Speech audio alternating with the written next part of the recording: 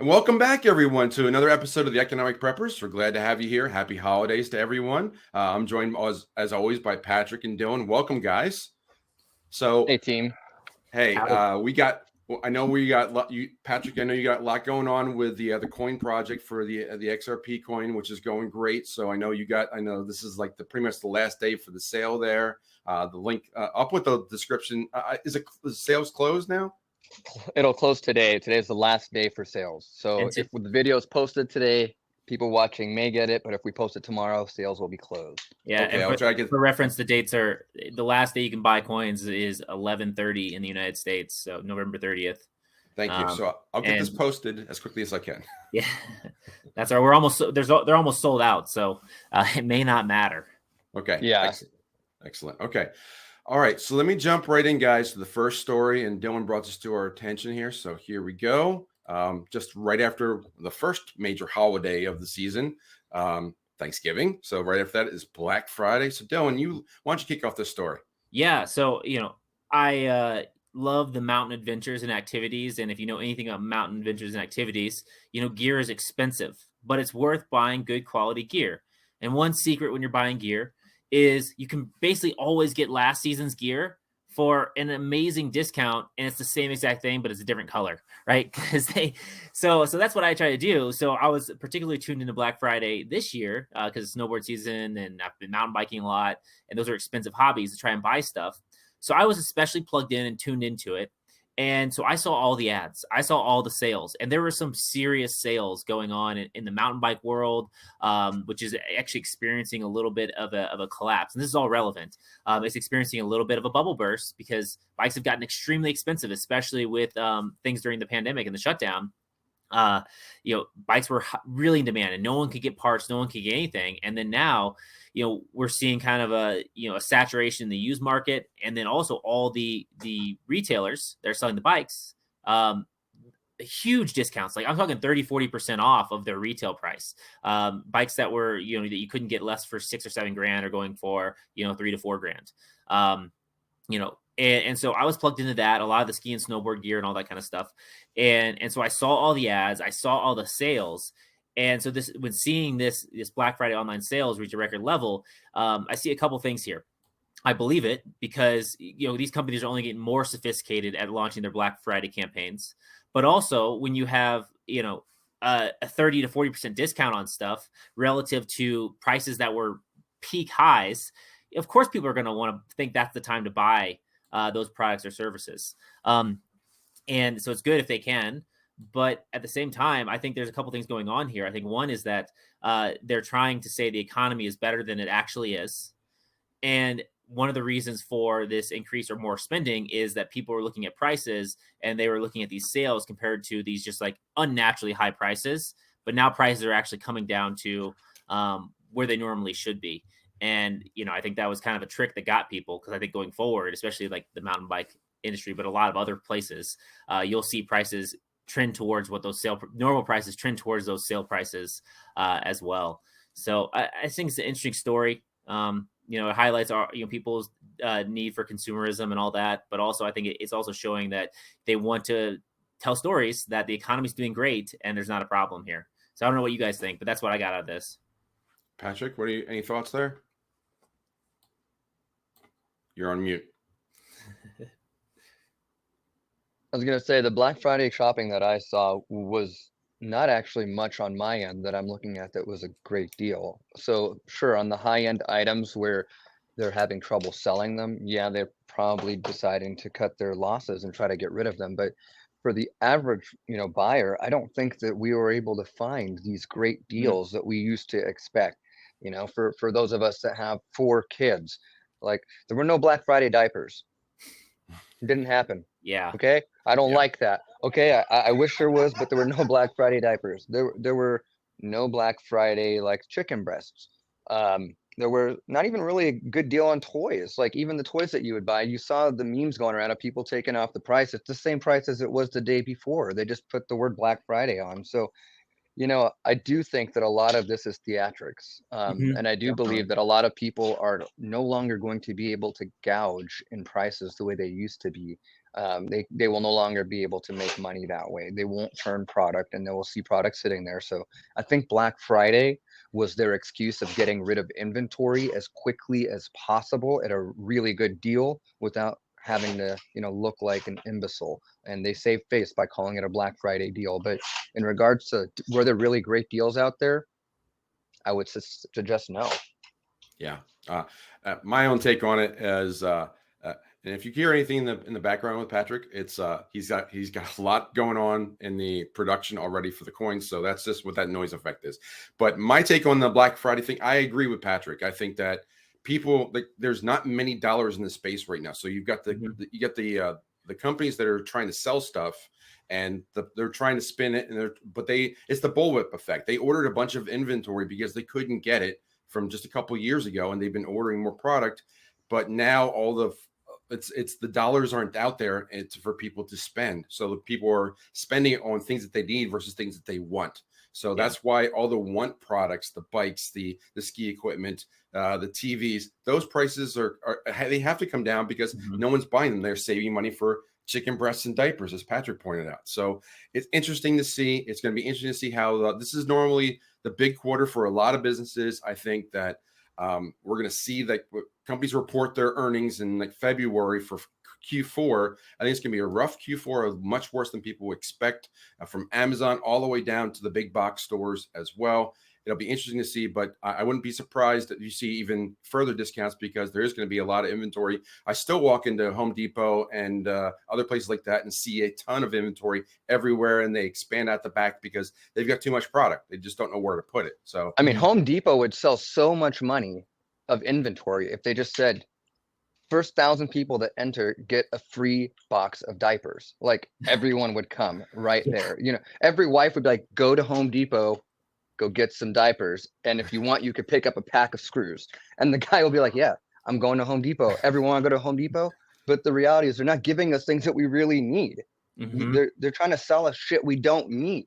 Well, I think like, you know, to that point is the prices went up so much, and that's what people kind of got used to over the past couple of years. And then they just put a sale label, Black Friday sale label, on the products and services. And when you look, like, this is something that I've done, is like, you look at the price and it's really not less than it was anytime before Black Friday. It just says Black Friday sale, and it's, you know, discounted from a price that wasn't a realistic price to start with. And I mean, especially if you think about some of this, like, for you guys who actually like your Freedom Seeds, the price of a 22 caliber, right? The 22 long rifle, just a basic 22. We used to get boxes of 500 for like $4. I mean, you go to Bimart, you get like a box of 500 for $4. Now the Black Friday deal is like $29.99. Yeah. And you're going, I don't feel like this is a great deal. I remember when we used to wait in line for Black Friday deals. Now I'm like, I wouldn't pay to go to a Black Friday shopping right now. yeah, the sticker shock is real, and like what they used to do a couple years ago, and I know, like, even just last year, I've seen they would say 30% off, but they would have raised the price then dropped it 30%. So that was the game they would play. But there's just not enough disposable income out there in the marketplace, regardless of what they say, what Thanksgiving costs or other things. And there's been lots of pushback on that $61 for 10 people to feed 10 people that we talked about a couple of weeks ago. I saw a ton of pushback on both sides of the fence on that one. So that's a really interesting thing. But let's turn the page now to talk about a couple crypto stories, because there's been a few major discussions there. First off, there was a significant anniversary of Bitcoin halving. And if those who don't know, this is the week.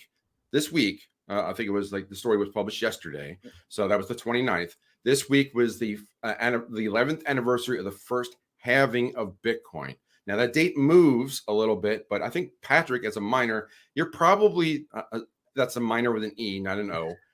As a former, let's see, we said you were a retired full-time Bitcoin miner. You still do it part-time. But can you explain for the folks who don't know what this is all about? Can you explain a little bit further? Yeah, so for those who are new to the channel, the way that the Bitcoin network operates is Oh no. Did he freeze? He froze. He froze. half the amount. Patrick, you have to restart. I'm sorry, you froze for a second. Can you say that one more time? Yeah, I was saying, so for those of you guys that don't know Bitcoin very well, every 4 years, the way the network works is there's the mining rewards that are distributed to the miners who are actually doing the work, right? Those are the miners, that's how they get paid. Every 10 minutes currently, today, we're getting 6.25 Bitcoin for every 10 minutes released on the block. In April of this year, the halving will occur and we will be getting 3.125 Bitcoin. So back when we started, Bitcoin was at 25 Bitcoin per block that were being released. And shortly after we started in 2016, it transitioned to 12 and a half. So the anniversary that we're celebrating is that first halving that really happened when it went from the fifth block or 50 per block in 2009 to 2012. And then in 2012, it went to 25. Right. So, and it does move in time because it's based on number of blocks versus a calendar date. So it's I think it's 216,000 blocks, and the block speeds change based on the difficulty. So the date can move a little bit. So, but you can see, generally speaking, it's the next halving target. And these are important dates because it's a supply shock. And you can see from this chart and also on the rainbow chart that they have the halving marked out. It's slated to be right about income tax day, middle of April of 2024 right now, based on forecasts. So yeah, and so what it's really doing is, like, every time this happens, it reduces Bitcoin's inflation rate. So what we know is happening is the supply is going to be continually cut down, which means there's less available. And as the demand increases, this is why we are so bullish on Bitcoin. Yeah. Right. And the great thing is, like, it's all built in, right?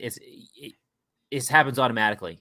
And so, like, it's not someone pushing a button and changing the inflation rate or changing the supply. Yeah. Like, this is built into the protocol. It's inevitable. It's going to happen. The only, like, questionable thing is, like, exactly when, because the rate at which Bitcoin produces blocks isn't exactly every 10 minutes, but it aims to be as close as possible. So you can get plus or minus a little bit over the course of that 4 years where the blocks being produced. But let's talk about why this matters to everyone who's listening right now that owns Bitcoin, because here is the significance. Let me give some data that helps shed some light on this. In 2012, when Bitcoin was happening, Bitcoin was at about $12. About 150 days later, it went up, right? It went up to like 127 bucks. And then in 2016, when Bitcoin was in the halving, Bitcoin was under 1,000. It was like around 600 bucks. And then again, just about 150 days later, it goes up to like about $1,000. And then the same thing, the 2020 halving, it went from $8,000, $9,000 during the halving till about just a little bit later, right? $10,000, so $11,000. We see these prices right around 150 days later. Bitcoin's uptime just starts to increase significantly right about 150 days later, because most people don't understand. They hear so quickly and they go, oh, well, Bitcoin's about to halve. That means the miners need to get paid double the amount so they can continue mining. That's not how it works. Yeah, and I can bring up that chart. I was showing a few charts there about the halving dates, and you can see, like, to Patrick's point, there's a table from the ZeroHedge article. You can see roughly like 5 months later, 150 days later, you can see the price basically significantly increases every time. This is when the supply shock really kicks in. So we have this event coming up. We also have other events coming up next year. Patrick, I know you wanted to talk about this one, which is about the ETF dates. Let's start with this one. But these are two posts from Twitter, and I'll share them in the links. But this is basically showing that there are significant dates happening on the schedule for when the SEC must make a decision regarding the ETFs, and they have a certain amount of time to make a decision. And these deadlines are lining up for January for a number of them. You can see a lot of them on this table here. You can see the third deadline, the final deadline. You can see a lot of them are lining up to between January to all the way out into March, April, or May. So decisions are going to have to come regarding that ETF as well. Yeah. So the reason why that's such a big deal that I'm watching for is I believe that regardless of the later filings, I believe that the SEC is going to approve all of them at one time. The one thing that I'm really watching out for the most is the Grayscale Bitcoin Trust conversion to an ETF, which is any second now. I mean, we could literally hear about it right now as we're talking, that the conversion has happened and the ETF is live. With that said, I mean, January, once they get to the first list of people who are there in January, but was it ARK that was it Kathy Woods from ARK? Was that who it was? I forget who it was, or Grayscale. Grayscale was first because the Bitcoin Trust. Yeah, so you have Franklin, 21 Arc's in shares. there. They're all in there. Go to the other one that you had. I believe that's the one I was looking at. So ARK, that's one. ARK is next. Kathy Wood at 110. So January 10th is the date I'm watching right there, because by January 10th, that's the final deadline. The SEC can no longer kick the can down the road. And on that day, I expect by that day or before then, we will see that the ETFs have all been approved. Yeah, I think that there's still one way that they could kick the can down the road, which is that I'm not sure like what that date has to signify, whether it goes live or they make an announcement and say it's going to go live on this date. So they may say like on January 10th, they may come out and say like, oh, you know, all the ETFs are pending, but we're going, since they're all out there in like this quarter. So basically they all get approved, say March 31st, they will all go live. So to make an even playing field. So they may push it out a little bit more that way, but we'll have to see how it plays out. But yes, that's a significant event that's coming up for crypto. I mean, I doubt that once ARK is approved, they're approved, they can list. Well, the SEC likes to play games. You just never know. So they're going to get sued by every one of those people on the list, starting with Grayscale.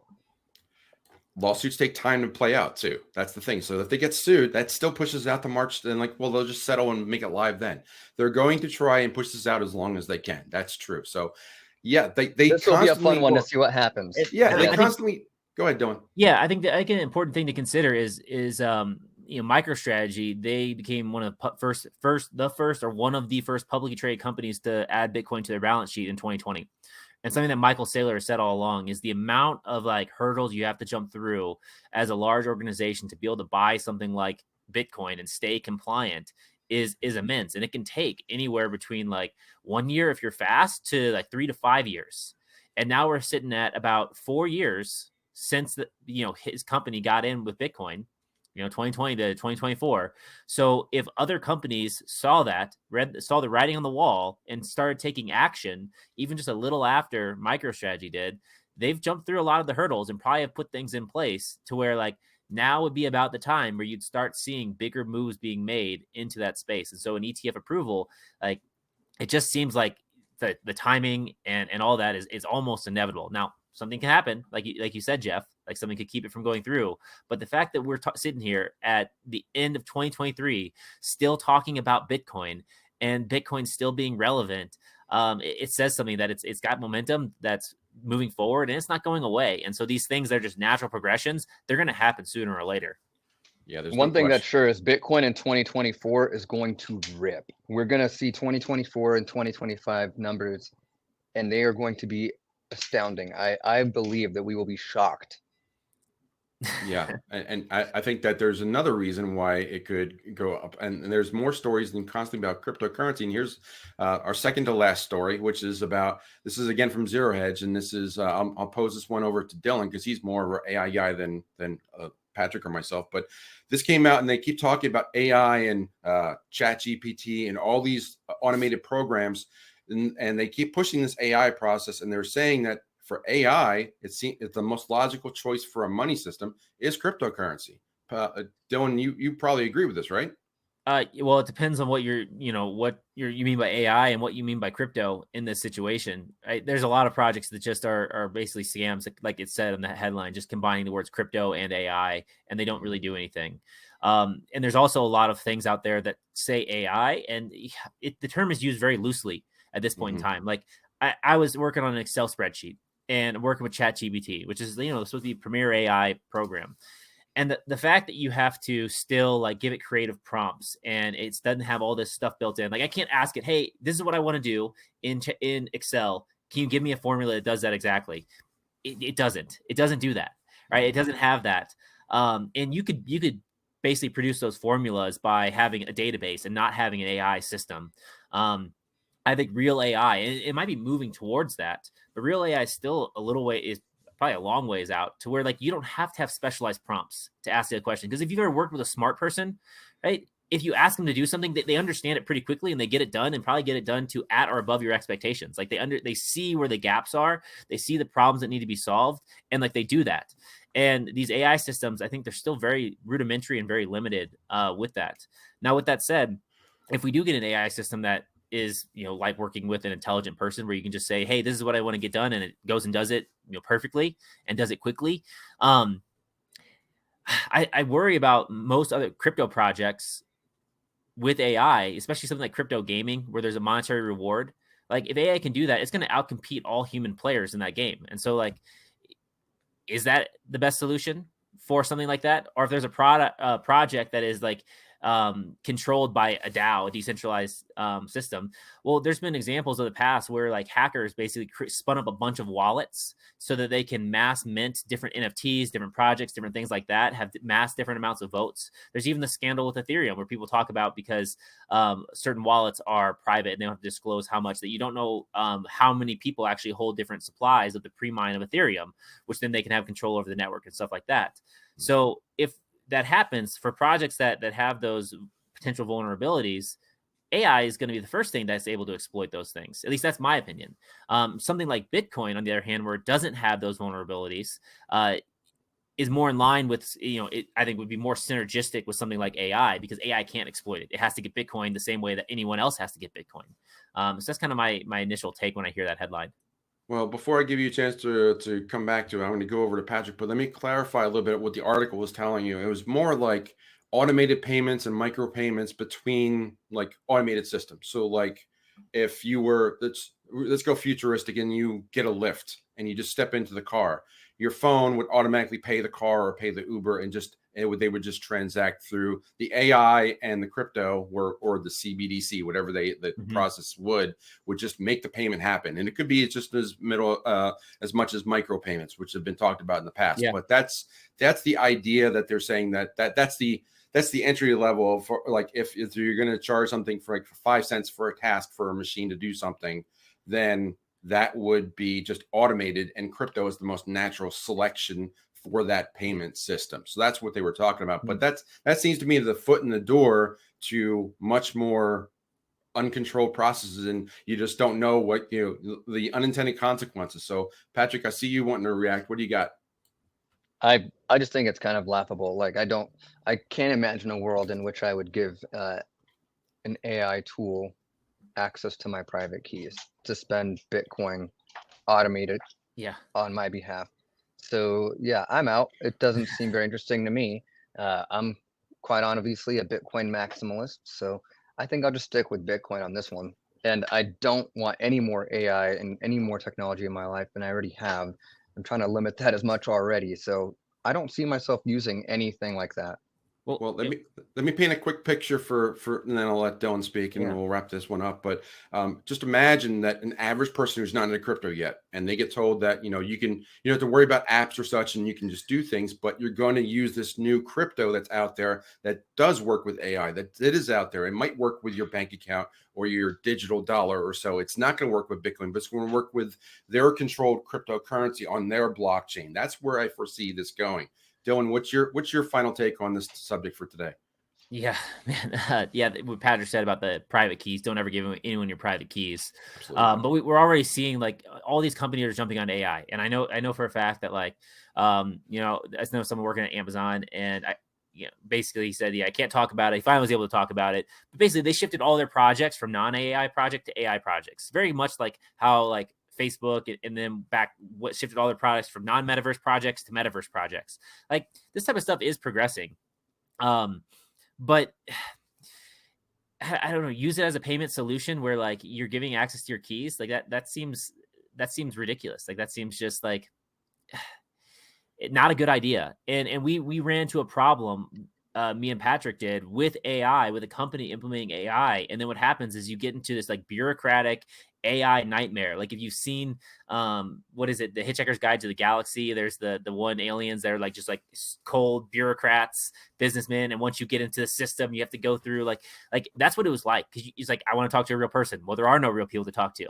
You have to wait for the process. Like that is a nightmare that is waiting to happen as more and more companies think they're going to save costs and all that kind of stuff and move to it. It's like when it works great. But as soon as it doesn't work, and there's always times when it doesn't work, oh my gosh, it's terrible. It's terrible. Yeah, you couldn't say representative enough times to actually get to anybody. Like the number 0 didn't actually register in the system. There their system sucks. Zero and I mean, gosh, the answer to me is just straight up no. I'm not doing it.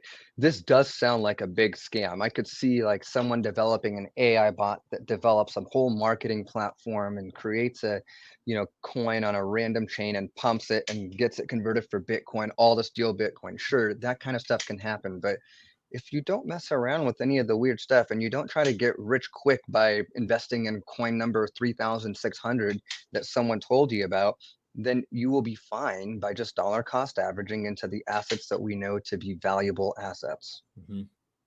Yeah, if you think customer service is bad now, and trying to get to a live person, just wait until AI takes over. So this is what these organizations are trying to do, and then what they're trying to push. But for our final story, I'll touch briefly on a topic that I've done a couple of videos on. Did one on this channel. Oops. I did one on this channel, and I did one on my other channel. But I'll put both videos, both links to the videos on in the description here. But this is about CZ being asked to CZ. That's Chao Peng, I think that's the right name, but everybody calls him CZ.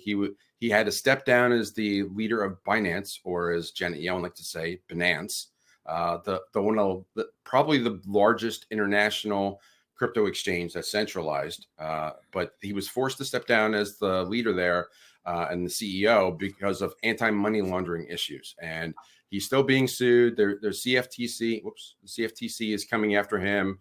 But the take I want to go in there is like, do you guys know where these anti-money laundering rules came from and what organization kind of implemented them? Patrick, are you aware of where that came from? You're on mute again, buddy. All right. Well, Patrick figures out his mute button. Dylan, what's your take on the CZ story? I mean, I don't know. I should probably know this, but I don't know exactly where the AML and the KYC requirements come down from exactly. I know they're a mechanism for control. They're a mechanism to force compliance, and I know that in general they don't really do what they say they're going to do. Right? They don't really prevent the issues because the people that are going to do those things are going to do those things anyways. And it seems like this is a situation where like someone had to take a fall for something that perhaps like Binance was in a gray zone, and then they finally got them on something, and they're like, okay, we'll pay up. But the amount of, because generally what happens is the amount of money that companies and individuals make by like kind of going around the laws is oftentimes significantly more than whatever fine they're forced to pay. And so they're like, this is just the cost of doing business. Mm-hmm. And this just seems like that situation. And I don't know, there's probably more to the story, but maybe he was looking for an out. And he's like, I've made my money. You're spot on with the fines. Sorry to step on it, but you're spot on with the fines. Jamie Dimon gets fined all the time, but JP Morgan, but they don't care. It's the cost of doing business. But Patrick, I think you're back here. You want to tell us a little bit more about that. It seems like my Apple integration is so well set up that even when I get phone calls, it goes to my MacBook. And I'm like, wait, where'd you guys all go? So anyways, long story short is, yes, Chao Peng Zhao. That's his name. CZ. Chaoping is his first name. Zhao is his last name. I believe he just pulled off one of the greatest business deals ever, because you see, what I believe has been happening all along, especially with Sam Bankman-Fried, the reason why he could see that so well is because I believe that he has been doing the same stuff all along. And the only thing he did was buy a get out of jail free card. And he paid $4 billion for a get out of jail free card. And yeah, he can't be the owner of his business or serve as an officer for 3 or 4 years. Who cares? He gets a 3-year vacation and he gets away free with everything he did. And Sam Bankman-Fried, on the other hand, is serving a lifetime sentence in jail. Now, this guy gets to go on vacation. Now, I believe there are games being played right now where you could see that the judge said, no, we're not going to let you leave the States. We want you to stay in the United States. It doesn't matter because they are paying for a get out of jail free card. And very soon after he leaves, we will start seeing things unravel very quickly, whether it's for Binance or Tether as the token that's being printed with them. I don't know what's going on, but this is one of the best ways that I've seen anyone get away free from a crime ever. And he just bought his way out with a get out of jail free card for $4.3 billion. Yeah, interesting. That's what I think. And to answer the question which I posed, here is the answer, which is this is where the AML and KYC laws come from, which is the FATF, which I know other channels have been talking about it. I talked about it on this channel briefly in the other video about CZ. I'll post the link up in the corner like usual. But it comes from the FATF, which is an NGO or non-governmental organization that's out there. And surprise, surprise, the U.S. funds a lot of this. So they are pushing the AML and KYC laws when Binance didn't have to comply with this. And if you just look at this and just look at the summary from the Brave browser, it says it right here. The Financial Action Task Force, or FATF, is a global watchdog that sets international standards to prevent money laundering, terrorist financing, and the financing of proliferation, whatever that means. So there's a little bit of gobbledygook there that the AI did for the summary, but there's more AI again. I also pointed out that I pointed out recently in a different video that the AI, the summaries that they give in the videos are often wrong. So, but that's basically where it comes from. So again, we want you to be informed so you're prepared and not scared. You can see where all these rules and laws are coming from. They're from the FATF. But that about does it for today. I know the guys are a little bit pressed for time because they got so much going on with the XRP coin. Patrick, any last words for today? Yeah, I do. One of my favorite things to do is right around this time of year, you'll start to see a lot of excess inventory coming and following up after the holidays. So keep track of those items that you wish you had. For example, I was looking at a generator that I was really wanting, one of the solar power generators. I got one of the tri-fuel generators, but I want a solar power one. And I found one that was a really good deal, but I believe that if I wait a little longer, I'll probably get a better deal. So for you guys that are out there trying to, just increase your preparedness, storage, or your techniques, or any of the tools that you have, be watching out. This is typically the time where you start seeing a lot of this inventory come on sale after Christmas. So just be watching that inventory, look at what there's a lot of, and if it's not leaving the shelves, you can almost guarantee that they're going to be cutting some prices. Be watching for those sales to stock up on what you need. Good advice there. Dylan, any last words for today? Yeah, I mean, I know this is like always a hectic time of year for a lot of people, and there's a lot of positive emotions and negative emotions, and with all the chaos and everything in the world that we talk about and that we see, and even being more plugged in now than ever, it's hard to get away from that. But I think one of the biggest things is live your life and do things that you enjoy and have fun. Make sure to make time for that, make that a priority for you. I think it's one of the most important things, and that's something that I always try to do, and that's why I love mountain biking and snowboarding, because for me, there's nothing better than getting out on a mountain, just like being by myself there and just like being in an amazing environment, pushing myself. So find that for you this holiday season, and just like in general. I think that's something that I hope that more of you can do. Dylan, just out of curiosity, really quickly, I know we're running out of time, but this seems important to me. If you have 4 kids, how do you suggest one would go about finding time to go do stuff outdoors? Oh, you forced them to go outdoors with you. It's 30 degrees in Oregon. I've got a 2-month-old baby. I got a toddler. You make a game out of teaching them how to dress fast, so that they basically challenge each other to see who can get dressed the fastest and get outside first. And and then otherwise you just say you got to stay outside until dinner. If you get cold, those are fantastic ideas. Don't tell my wife that. You might prove her right that I'm just not trying hard enough. But if you can, text me a list of those ideas and any more you have, that'd be great, bro. Thank you. Yeah, start them young. Get them like a little snowboard, the baby, a little snowboard standing up thing. So you teach it young, so that by the time it becomes 1, it can snowboard. You got to bake it into them early. At least that's. But bro, I don't know how to. I'd have to learn how to teach him. Okay, wait. We're going to take this conversation offline. You're going to be here. We're going to have these conversations. If you would like to bring some of these demo snowboards you speak of when you come to Oregon, please do that. I'll buy them off you. And then if you'd also like to stay for a few months and teach them, I'd also love that too. Gamification, the secret to all parenting. That's a good advice there. But I'll leave this thought with everybody. Again, this is the time of year that everybody's busy. All right. This is the holiday period from now until January. Everybody's busy with parties, gifts, shopping, you name it, food preparation, whatever it is.